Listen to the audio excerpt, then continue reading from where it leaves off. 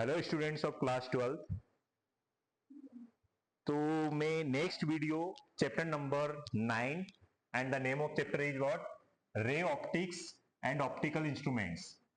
और अगर हिंदी में अगर हम बात करें तो किरण प्रकाशिकी एवं प्रकाशिकी यंत्र के इंट्रोडक्शन वीडियो लेकर आया हूं, क्योंकि if we are just going to start any unit और chapter, then first of all we have to understand और we have to know what we are going to study. हम पढ़ना क्या चाह रहे हैं ये हमें पता होना चाहिए।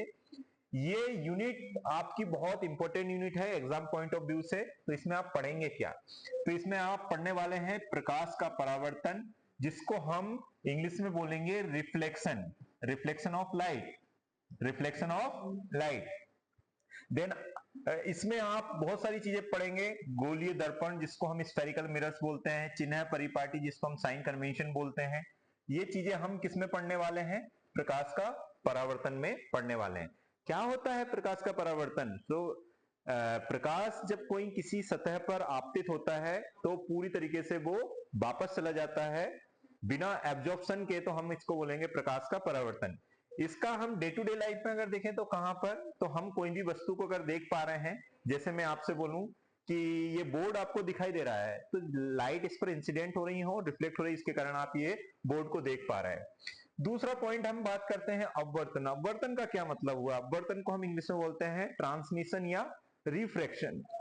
What does it mean? इसका मतलब क्या है? इसका मतलब है जब प्रकाश एक माध्यम से दूसरे माध्यम में जाता है तो अपने पथ से थोड़ा सा हट जाता है। ये जब हम इसको डिटेल में पढ़ेंगे then I will explain this. और ये प्रकाश के अपवर्तन के कारण ही ये तारों का टिमटिमाना होता है, या फिर और भी कॉन्सेप्ट होते हैं किसके कारण? प्रकाश के अपवर्तन के कारण। जैसे अगर आप एक पेंसिल को पानी के जार में अगर रख देते हैं तो आप अगर उसको साइड से देखते हैं तो वो टेढ़ी दिखाई देती है। इसका कारण भी क्या है? प्रकाश का अपवर्तन ही है।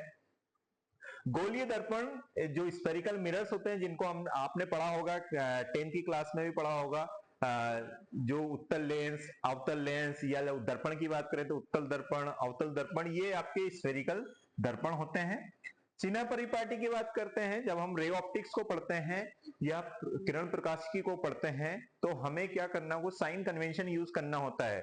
जैसे उत्तल लेंस के लिए या उत्तल दर्पण के लिए फोकस दूरी जो होती है, ये सब पहले टॉपिक्स आप पढ़ेंगे कि ये है क्या, कुछ परिभाषाएं हैं, है ना। तो वो जब परिभाषाएं करते हैं तो चिन्ह लगाने पड़ते हैं। जैसे मैं अगर बात करूं कि उत्तल दर्पण के लिए, उत्तल दर्पण के लिए बताइए चिन्ह परिपाटी के हिसाब से एफ, एफ इसका क्या रहेगा? पॉजिटिव रहेगा या नेगेटिव रहेगा? तो ये उत्तल दर्पण का हम चिन्ह कुछ बनाते हैं तो इसका फोकस जो होता है, फोकस दूरी जो होती है वो पॉजिटिव होती है चिन्ह परिपाटी के अकॉर्डिंग। जब मैं आपको चिन्ह परिपाटी बताऊंगा जिसको साइन कन्वेंशन कहेंगे तो क्लियर हो जाएगा। पूर्ण आंतरिक परिवर्तन, पूर्ण आंतरिक परिवर्तन को हम शॉर्ट में टोटल इंटरनल रिफ्लेक्शन या टीआईआर कहते हैं। इसके बहुत सारे कॉन्सेप्ट, जो मिराज होता है, भ्रम जो होता है, आपने देखा होगा रोड पर जब हम चलते हैं गर्मी के दिनों में तो हमें ऐसा लगता है कि रोड पर पानी भरा हुआ है, लेकिन जब हम उसके पास जाकर देखते हैं तो वहां पर कुछ भी नहीं होता है, हमारा एक भ्रम होता है। तो ये भी एक किसका एग्जाम्पल है? पूर्ण आंतरिक परावर्तन। स्पार्कलिंग ऑफ द डायमंड, हीरे का चमकना, ये भी एक लाइट का ही कॉन्सेप्ट है। जो हीरा चमकता है उसमें भी कौन सा कॉन्सेप्ट आप समझ सकते हैं फिजिक्स का? पूर्ण आंतरिक परावर्तन। वो क्या है जब हम डिटेल में समझेंगे then I will explain this. प्रतिबिंब बनना, प्रतिबिंब बनना या इमेज फॉर्मेशन देखेंगे लेंस से भी और मिरर से भी। मतलब स्पेरिकल मिरर्स, या इसको हम क्या बोलेंगे, गोलीय दर्पण और गोलीय लेंस, वो भी दो प्रकार के होंगे, ये तो उनके लिए भी हम देखेंगे।